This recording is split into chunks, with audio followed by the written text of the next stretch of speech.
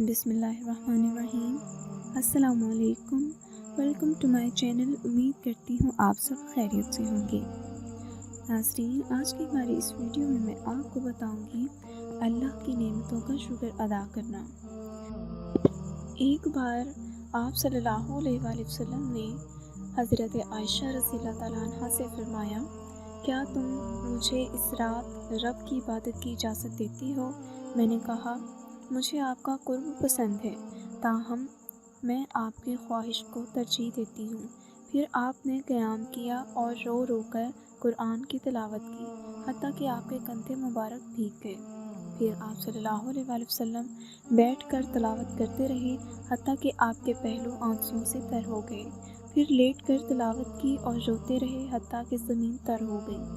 آپ صلی اللہ علیہ وآلہ وسلم کے پاس جب بلال رضی اللہ تعالیٰ عنہ آئے تو انہوں نے کہا، یا رسول اللہ صلی اللہ علیہ وآلہ وسلم، میرے والدین آپ پر قربان، کیا اللہ تعالیٰ نے آپ کے آئندہ اور گزشتہ کے تمام گناہ معاف نہیں کر دیے؟ فرمایا، بلال، پھر میں شکر گزار بندہ نہ بنوں؟ اللہ تعالیٰ نے مجھ پر اس رات یہ آیت نازل فرمائی ہے، آسمان و زمین کی پیدائش میں، دن رات کی گردش میں اہل عقل کے لیے نشانیاں ہیں، جو اللہ کا ذکر کھڑے بیٹھے اور لیٹے ہر حال میں بجا لاتے ہیں، اور وہ زمین و آسمان کی پیدائش پر غور و فکر کرتے ہیں اور کہتے ہیں، اے ہمارے پروردگار، تو نے یہ سب کچھ باطل پیدا نہیں فرمایا، تو پاک ہے، ہمیں آگ کے عذاب سے نجات عطا فرما۔ نبی کریم صلی اللہ علیہ وآلہ وسلم کا ارشاد گرامی ہے، موسم سرما مومن کا موسم بہار ہے، اس میں دن چھوٹے ہوتے ہیں اور ایمان والے روزہ رکھتے ہیں، اور رات بڑی ہوتی ہے اور وہ قیام کرتے ہیں۔ قرآن کے قاری کو چاہیے کہ جب لوگ سو جائیں تو وہ قرآن کا مخصوص حصہ تلاوت کرے، اور جب دن کے وقت لوگ کھاتے پیتے ہوں تو روزہ رکھے۔ جب لوگ اپنے آپ میں مصروف ہوں تو عذاب الہی کے خوف سے روئے اور نیکی کرے۔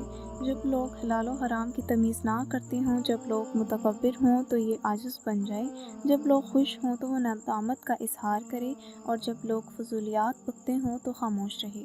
حدیث نبی صلی اللہ علیہ وآلہ وسلم ہے، جب اللہ تعالیٰ روز قیامت ساری مخلوق کو جمع کرے گا تو ایک منادی اعلان کرے گا، وہ لوگ کھڑے ہو جائیں جن کے پہلو رات کے وقت بستروں سے الگ رہتے تھے اور وہ خوف و طمع سے اپنے رب سے دعائیں مانگتے تھے۔